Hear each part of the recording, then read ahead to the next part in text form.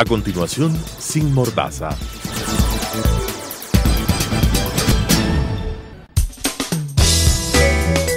Clasificación B, bajo supervisión de un adulto.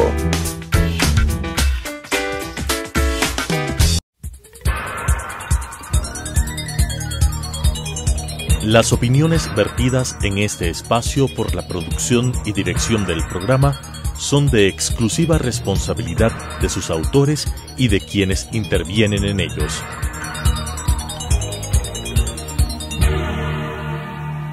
Telesucesos Canal 29 UHF presenta Sin Mordaza, la verdad desde un punto de vista imparcial, sin temor y de frente. Con la conducción del ingeniero Clever Jiménez. Sin Mordaza. Bienvenidos a un nuevo programa de Sin Mordaza, un espacio donde decimos las cosas de frente, siempre la verdad, con pruebas, con evidencias, con documentos. El día de hoy vamos a tratar un tema muy importante para el país, un tema que posiblemente ya está quedándose olvidado en la retina del pueblo ecuatoriano, un tema que habíamos tratado hace mucho tiempo atrás y que tiene que ver con las hidroeléctricas del país. Recordemos al pueblo ecuatoriano que en el gobierno de la década del expresidente de la República, de Rafael Correa Delgado, se construyeron varias hidroeléctricas, entre ellas una hidroeléctrica que era prácticamente la emblemática del gobierno de ese entonces y era la hidroeléctrica denominada Coca-Cola Sinclair. Hicimos varias denuncias, varias investigaciones y claro, en ese entonces todos los organismos de control se encontraban a las órdenes del poder político, a las órdenes de Carondelet. Jamás hicieron una investigación seria, a pesar de que la Fiscalía General del Estado abrió una indagación previa. Eso quedó ahí en el olvido cuando llegó el ex fiscal Galo Chiriboga Zambrano. Pero en estos días hemos visto con mucho acierto y con mucha alegría de que hay nuevos legisladores y entre ellos algunos están cumpliendo realmente con el papel que les corresponde, es decir, legislando para el bien del pueblo ecuatoriano y sobre todo fiscalizando. Una tarea que ha quedado completamente olvidada en la Asamblea Nacional y que como institución le siguen debiendo el 100% al país. Y me refiero a un gran personaje a quien he tenido el gusto y tengo la suerte de que me acompañe y debo públicamente felicitarlo por haber tomado en cuenta y haber acogido ciertas investigaciones, entre ellas esta investigación que tiene que ver con Coca-Cola Sinclair. Me refiero al asambleísta Esteban Bernal. Esteban, muchas gracias por acompañarnos. Bienvenido a este programa de Sin Mordaza. Gracias, Clever. Para mí siempre es un gusto, primero también compartir con ahora ya ex legislador, pero cuando tuvo que asumir esa responsabilidad, siempre yo también era quien admiraba la fortaleza y la impetuosidad que siempre se pone en este proceso legislativo y de fiscalización, Clever, que tú bien lo conoces, no es fácil para lo que significa haber fiscalizado, digamos, dar seguimiento al atraco más grande de la historia de este país, la década de Correa. Así es. Usted bien lo ha tocado, lo relacionado con las hidroeléctricas. Hay que entender un tema conceptual. Vamos a lo propio. A ver, uno de los ejes emblemáticos, para llamarlo así, que llevó adelante la época de Rafael Correa fue el sistema hidroeléctrico. Así es. Construyeron una gran cantidad de hidroeléctricas, creo que si no estoy bien, 6, 7, de las cuales está Coca-Cola Sinclair, de las cuales está en mi provincia de la Suay, la Sopladora, por ponerle un ejemplo. Así es. Pero estos hechos tienen algunas connotaciones que tienen que ser analizados por la sociedad y por eso hemos impulsado procesos de investigación inicialmente, luego entraremos en el proceso de fiscalización y de denuncias pertinentes frente a los hechos que se han suscitado.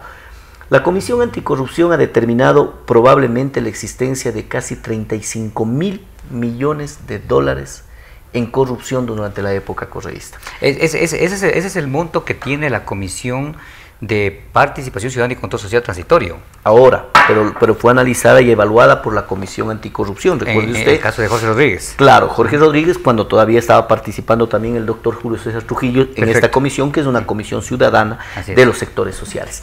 Ahora bien, en el marco de esto, hablando de 35.000 millones de dólares, recuerde mis palabras, muchos de esos recursos están en las hidroeléctricas. Así es. Muchos de esos recursos, porque son contratos chinos, son contratos con constructoras y consultoras chinas que sobrepasan la expectativa técnica que inclusive está determinada por la sociedad. En un programa de televisión, de una televisión nacional, se hizo un programa de investigación de Tania Tinoco, si mal no recuerdo. Así es. Se hizo una valoración justo de este contrato de Coca-Cola Sinclair, en donde se evaluaron varios elementos. A mí también me llegó la información y de ahí he iniciado este proceso de investigación. Clever, existe un informe de expertos internacionales que claramente determinan que existen fallas con respecto a la construcción de Coca-Cola Sinclair. Se estima, unos dicen, y eso es lo que hay que investigar a profundidad, que es una obra que puede haber bordeado los 2.500 millones de dólares en costo. Así es. Sin embargo, la reparación, que aunque pueden decir versus 2.000 millones, la reparación 100 millones es poco, no señor, con 100 millones de dólares hacemos horrores en nuestro país. Así es. Tenemos la posibilidad de impulsar proyectos de educación con escuelas en los sectores comunitarios, carreteras, doble riego, asfalto, millones de cosas en el país que tanto necesita. Sin embargo, probablemente tengamos que requerir una reparación que bordee los 100 millones de dólares en las grapas que juntan los espacios de construcción en Coca-Cola Sinclair, que además es un peligro, porque la parte técnica hay que pedir una explicación, y ahí sí ya no me la pedirá a mí, pídale a un ingeniero eléctrico, un ingeniero ambiental, un ingeniero geólogo, un ingeniero constructor, para que nos diga si ese informe, que dicho sea de paso, un informe que nunca lo hicieron público, es un informe que yo ya he pedido públicamente, lo pedí a través del expresidente de la Asamblea, José Serrano, lo volví a insistir con la presidenta de la Asamblea cuando no nos permitían a nosotros pedir, porque ahora ya sacamos una resolución, por fin nos pueden entregar. Ahora ya les entregan información de manera directa. Ahora, recién, a partir de una resolución que es una barbaridad, porque lo que pasaba antes cuando usted fue legislador, claro. No le permitían recibir la información porque decían que hay que pasar por medio de la presidenta. Me parece impresentable para un proceso legislativo, pero le decía, este informe da cuenta de que existen serios riesgos. Es un informe que inclusive lo traducimos para tener una información a profundidad, en donde el técnico contratado internacional da cuentas de serios riesgos de la contratación, de la construcción. Lo que hay que esperar a ver es cómo fluye esta realidad y si el seguro que está determinado para Coca-Cola efectivamente cubre estos riesgos o no. El exministro de Energía del gobierno, Rafael Correa, paisano mío, Esteban Albornoz, manifestó que todo estaba cubierto, que esto de aquí existen las fallas, pero que el seguro se tomaría en consideración. Ojalá, porque los ecuatorianos no tenemos por qué pagar un centavo de una obra que puede estar mal hecha. Pero una cosa importante, asambleísta Esteban, yo tengo aquí en mis manos varios documentos y bueno, tengo toda una investigación. En mi caso, yo cuando fui legislador hice toda una investigación sobre Coca-Cola Sinclair. Es más, presenté las denuncias correspondientes y lo más importante, esas denuncias las presenté a todos los organismos de control. Y fíjese usted, también se le envié la información y la denuncia al propio expresidente de la República del Ecuador. Lo que quiero decirle que la mayoría de mis denuncias también fueron presentadas al expresidente con los documentos correspondientes. Aquí tengo inclusive algunas de las cartas que le enviaba la fiscalización. Fíjese usted, la fiscalización en ese entonces del proyecto Coca-Cola Sinclair paró la construcción. Sí, señor. Porque no estaban realizados los estudios, no estaban actualizados los estudios, estaban construyendo, perdóneme el término, a la maldita sea, este proyecto emblemático del gobierno nacional, pero no pararon nada. Es más, la fiscalización le envió las cartas, y aquí están las cartas, estimado pueblo ecuatoriano, le envió al presidente de la República en ese entonces para que paren las obras, informando de lo que estaba pasando en Coca-Cola Sinclair. Pero, ¿qué es lo que hicieron? Lo que hicieron fue cambiar a los fiscalizadores. Dijeron, como estos quieren parar la obra, estos quieren actuar de manera correcta, traigamos nuevos fiscalizadores, claro que sí cumplan con lo que en ese momento pretendían, de que se haga cualquier cosa con tal de atracarse los fondos públicos. Esta construcción, esta obra, desde el inicio fue construida con estas fallas. Hoy tenemos fallas que ya se están evidenciando. Informes internacionales. Hay informes internacionales. Ahora, el problema no solamente va que hoy asoman las fallas, sino esto se pudo haber evitado. Se pudo haber evitado, estimado asambleísta, y yo sí quiero hacerle a usted comprometerlo públicamente, de que se dé un seguimiento de todas estas investigaciones. No solamente podemos coger de ahora en adelante, sino pudo haberse evitado esa construcción que es un desastre en este proyecto y obviamente un desastre para el país. Y este Coca-Cola Sinclair puede convertirse o está convertido en una bomba de tiempo para el Estado. Eso es lo que yo quise precautelar previamente con este proceso de investigación, de que el Ecuador no esté sometido a lo que usted acaba de mencionar, una eventual bomba de tiempo que tengamos en una de las construcciones más grandes que ha tenido el país. Así es. Porque hay que investigar en varias vías, y perdóneme hacer una regresión en toda la interpretación que usted hizo para entrar en el detalle de las pruebas. Usted me dice que había presentado esto a los organismos de control. ¿Qué organismos de control? Usted tenía en la Fiscalía General del Estado a Galo Chiriboga, que era tío del presidente, ministro de gobierno de trabajo del expresidente Correa, embajador del expresidente Correa, abogado del expresidente Correa. ¿Cree que le iban a hacer caso a usted en el proceso de investigación cuando se presenta a los órganos de control? Imposible. ¿Quién tuvimos después en este proceso de fiscalización, o digamos de la Fiscalía? Carlos Vaca Mancheno, sí, con todo el antecedente que aquello determina. ¿Quién controlaba la justicia? Gustavo Yalc, que fue igualmente un hombre cercano a Rafael Correa. Por lo tanto, pensar que íbamos a tener asidero o éxito esto, jamás. Pero sin embargo es bueno que se les haya dejado la constancia de que nosotros siempre conocíamos de estas irregularidades, digo nosotros como sociedad representada en los legisladores de entonces, y hoy tenemos que retomarlo. Yo me comprometo, Clever, y así lo he dicho en varios medios de comunicación, de que tenemos que profundizar sobre este tema, porque no solamente deberíamos identificar los problemas de corrupción que seguramente existe ahí cuando se haga la investigación a profundidad de los recursos que fueron invertidos, cómo fueron contratados, cuáles fueron los criterios técnicos. Fíjese usted, existían construcciones sin estudios. Eso es lacerante, eso es indignante, y por lo tanto tenemos que profundizar en ese tema. Uno. Dos, lo más grave, porque yo suelo decir, Clever, después de esta época hemos tenido varios legados o varias herencias que recibimos los ecuatorianos. Tenemos una herencia de una corrupción inmisericordia con la historia ecuatoriana, tenemos una herencia de una deuda perversa para los intereses del Ecuador, tenemos una desinstitucionalización del país, en donde más bien la institucionalización se logró para perseguir a gente como usted. Sí, se crearon organismos como la SENAIN para identificar, para meterse en nuestras casas, para que ahí se metieron los fondos. Pero todo lo que le acabo de decir, todo, podríamos en un momento dado superarlo, porque el Ecuador es así. El Ecuador tiene gente pujante, con voluntad, con ganas, que trabajemos y que saquemos adelante al Ecuador. Pero esa condición la podemos superar porque tendremos mejores días, mejores gobernantes, mejores gentes, y se irá acabando esta famosa revolución ciudadana que en América Latina le ha hecho tanto daño. Lo que no es fácil recomponer es una sociedad unida. Lo que hizo Correa es destruir los parámetros de una estructura social que éramos ecuatorianos todos, con diferencias, pero ecuatorianos. Eso es más difícil, pero lo más grave es temas como estos, porque usted, por más que hable de corrupción, por más que hable de desvíos de fondos públicos, por lo menos tendríamos la certeza de hablar de seguridad en las obras construidas.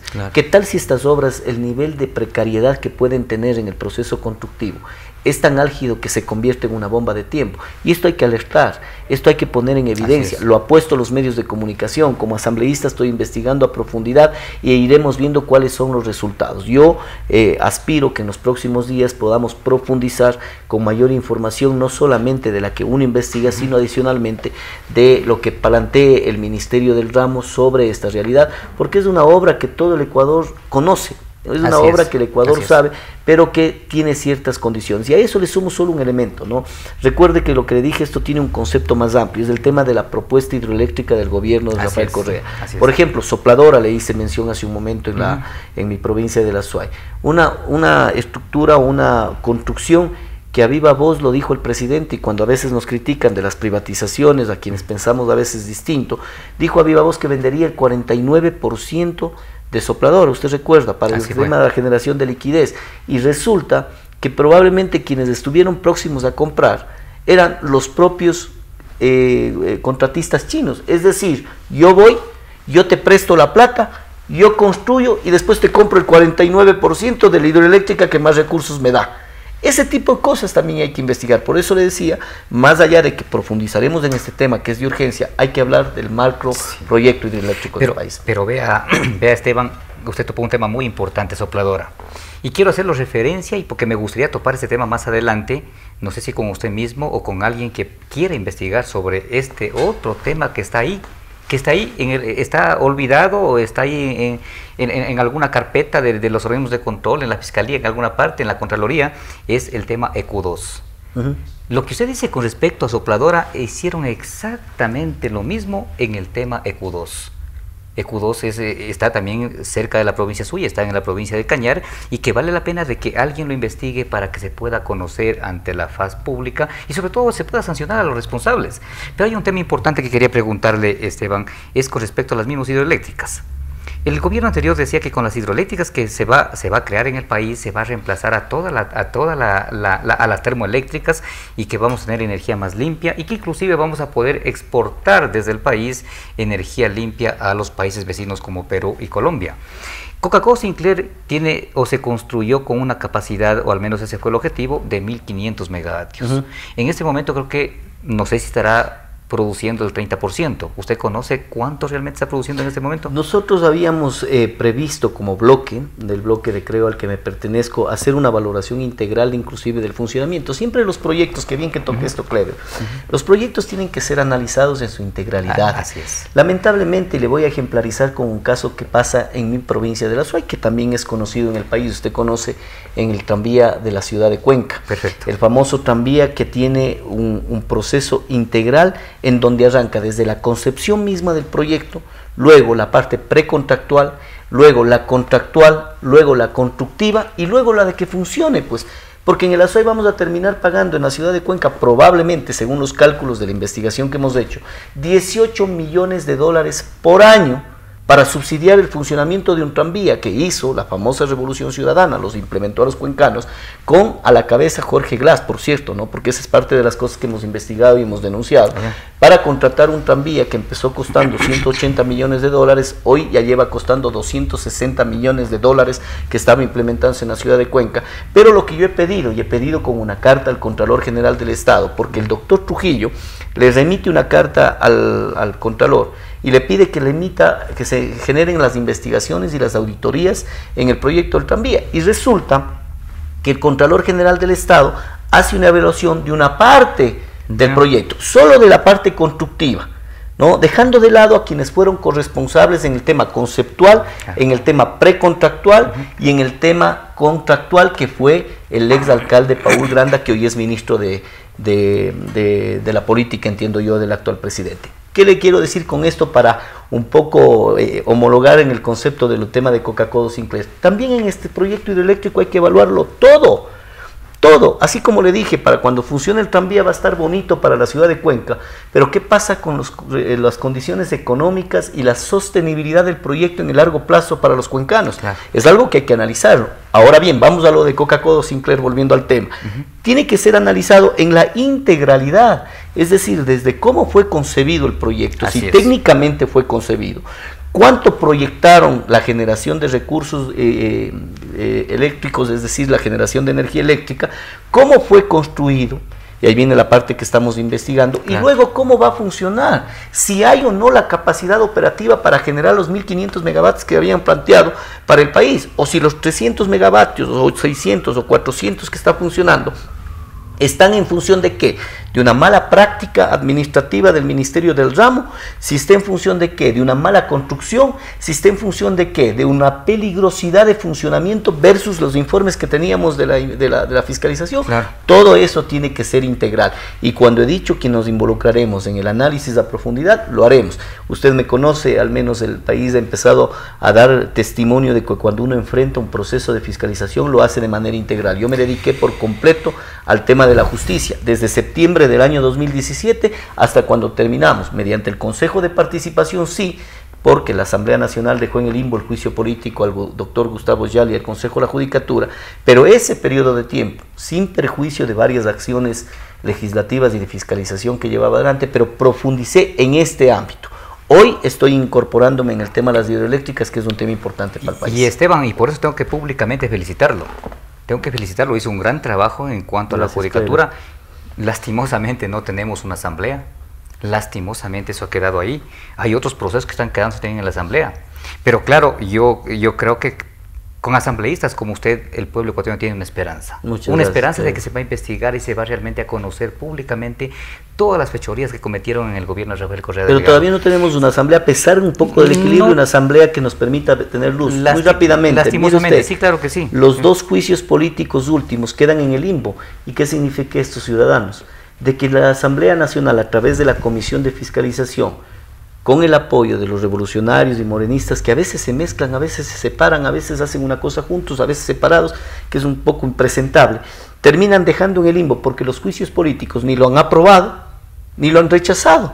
Queda en el limbo, porque necesita usted, o para rechazar o archivar, o para aprobarlo, usted lo conoce, 7 votos. Y resulta que hay 6, contra menos, contra 4, contra 3, en cualquiera de los juicios. No se aprueba. Ni se aprueba ni se archiva, queda en el limbo. Nadie sabe si vamos a lograr fiscalizarles o no. Y ese tipo de cosas tiene que ir cambiando con la presión social y con gente que sigamos peleando a través de los medios de comunicación, del activismo social o desde la política. Pero como es mi caso. ¿Sabe qué hace falta ahí, estimado asambleísta? Es plantear en el Parlamento Nacional, en alguna de las sesiones, sin importar los puntos que vayan a tratar, un cambio del orden del día. Un cambio del orden del día para que se pueda tratar ese tema en el Parlamento Nacional. Si es que no da paso la comisión que está, o que tiene la responsabilidad de hacerlo, debería en este caso hacerlo todo el Parlamento Nacional, toda la Asamblea Nacional. Bien, sí. Pero bueno, ese tema de pronto lo tratamos otro día, este tema. Yo quería, más bien, regresando otra vez al tema de Coca-Cola Sinclair. Coca-Cola Sinclair fue presupuestado en una primera instancia para generar 1.500 megavatios con una proforma, una propuesta que había de un equipo completamente serio de 1.500 millones de dólares. Se terminó firmando el contrato por cerca de 2.000 millones de dólares y termina costando alrededor o cerca de 3.000 millones de dólares. Así es. Claro. Ahora, cuando la propuesta era de 1.500 millones de dólares por 1.500 megavatios, realmente era muy válida la propuesta, porque nos salía económica la producción de la energía eléctrica, en este caso de la energía a través del agua. Pero cuando termina costando o cerca de 3.000 millones de dólares, resulta de que la generación de la energía en Coca-Cola Sinclair, produciendo los 1.500 megavatios, es muy costosa. Así es. Pero lo más terrible es que no produce los 1.500 megavatios. Hoy conozco que está produciendo alrededor del 30% esta planta que estaba construida para 1.500 megavatios. Hoy conozco también que no se han reemplazado las termoeléctricas, seguimos a través del búnker, a través del diésel, produciendo energía, por ejemplo, en Esmeraldas. Y en Cuenca también. O sea, nos mintieron. No solamente que, no es que hoy tenemos energía para poder exportar fuera del país, sino que ni siquiera hemos avanzado a reemplazar las termoeléctricas que se producen a través de diésel, que son altamente contaminantes y completamente costosas. Esa es la realidad. Ni siquiera ha habido el impulso para que esas termoeléctricas tengan una trascendencia a cumplir temas emergentes en eventualidades, porque todavía siguen funcionando. Usted me ha dado un caso de Esmeraldas, yo les ratifico en el caso de la ciudad de Cuenca, donde todavía la termoeléctrica del Descanso sigue proveyendo y alimentando, seguramente en valores inferiores, no hay que desconocer aquello. Yo creo que se disminuyó notablemente la generación versus la generación macro en el tema de las hidroeléctricas, pero más bien me voy a profundizar en los costos que usted mencionó hace un momento. Arranca con 1.500, termina casi en 3.000 millones de dólares, algo medianamente similar, no tan grave como lo que para nosotros fue un tema impactante durante todo este proceso de fiscalización y digamos todo este proceso de lucha previa contra el correísmo cuando estuvieron instaurados. Usted recuerda la repotenciación de la refinería de Esmeraldas. Arrancó con un costo de 270 millones de dólares. 187. Pero con el ajuste quedó en 270 cuando hacen un ajuste al primer informe, pero igual los montos son sumamente gigantes. ¿A qué me voy? Pensemos en los 200 millones para dejar en general. Luego pasa a costar y termina costando 2.200 millones de dólares. 2.200 millones de dólares. Es un incremento inmisericordia con la realidad del país. Y obviamente nosotros perdimos, Clever, en algún momento la capacidad del asombro en el país.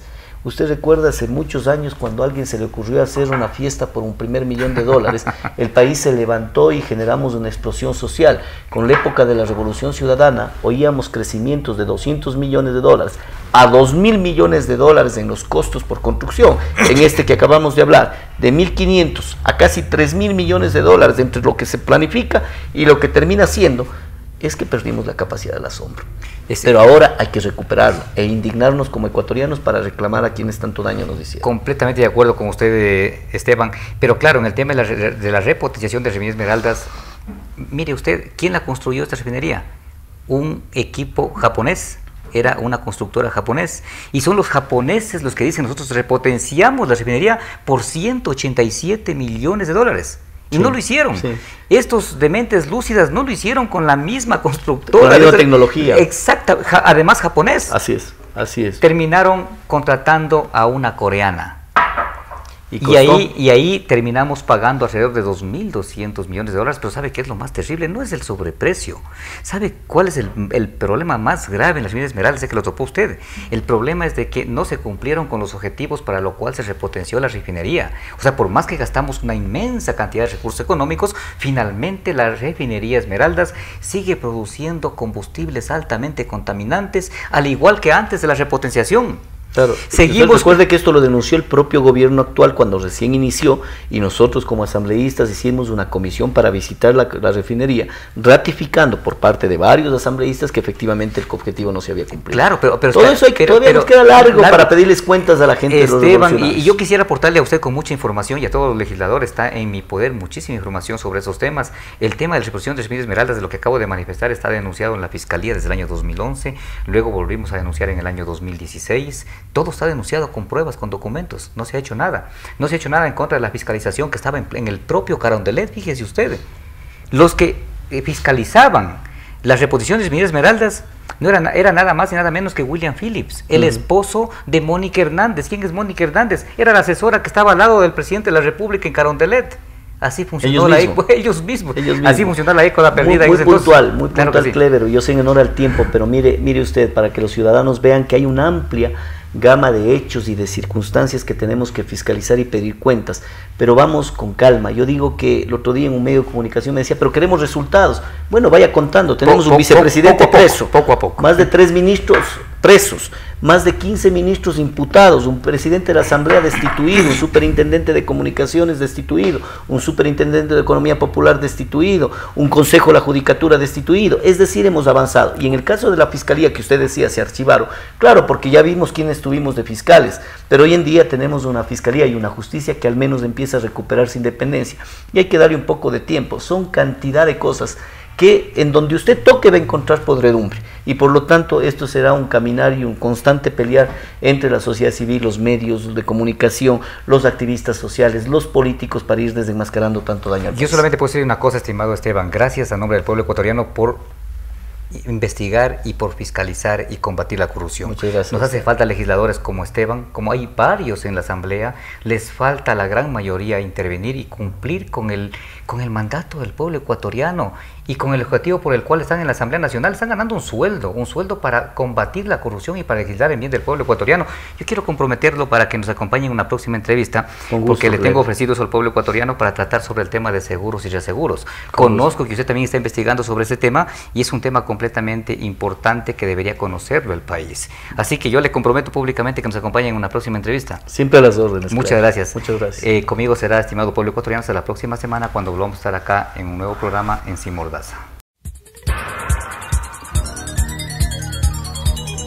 Las opiniones vertidas en este espacio por la producción y dirección del programa son de exclusiva responsabilidad de sus autores y de quienes intervienen en ellos.